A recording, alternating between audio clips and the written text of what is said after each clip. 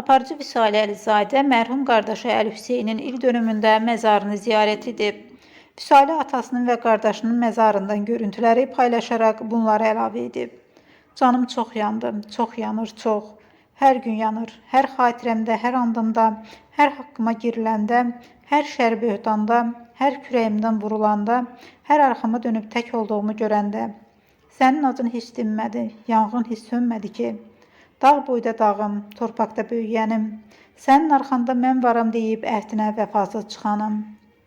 Mən sizin üçün çox darıxıram, hər ikinizə o qədər ehtiyacım var ki, deyirlər insan uşaq vaxtı yetim qalmasın, sonra başının çarəsinə baxar.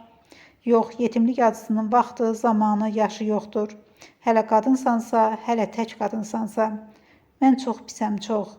Hərdən o qədər gücsüz, o qədər köməksiz, o qədər sevgisiz qalıram ki, hərdən o qədər atama, qardaşıma deyərəm demək istəyirəm ki, amma siz ikiniz də mənim gücümü, iradəmi, dürüstlüyümü bilirdiniz. Elə ona görə də dimdik güclü halımla ayaqdayam. Amma kürəyimi söykəyəcəyim dayağa, başımı qoyacağım çiynə möhtacam. Sizi bircə dəfə görmək üçün, dərdlərimi, ürəyimdəki qübarları bölüşmək üçün ömrümdən də pay verərdim.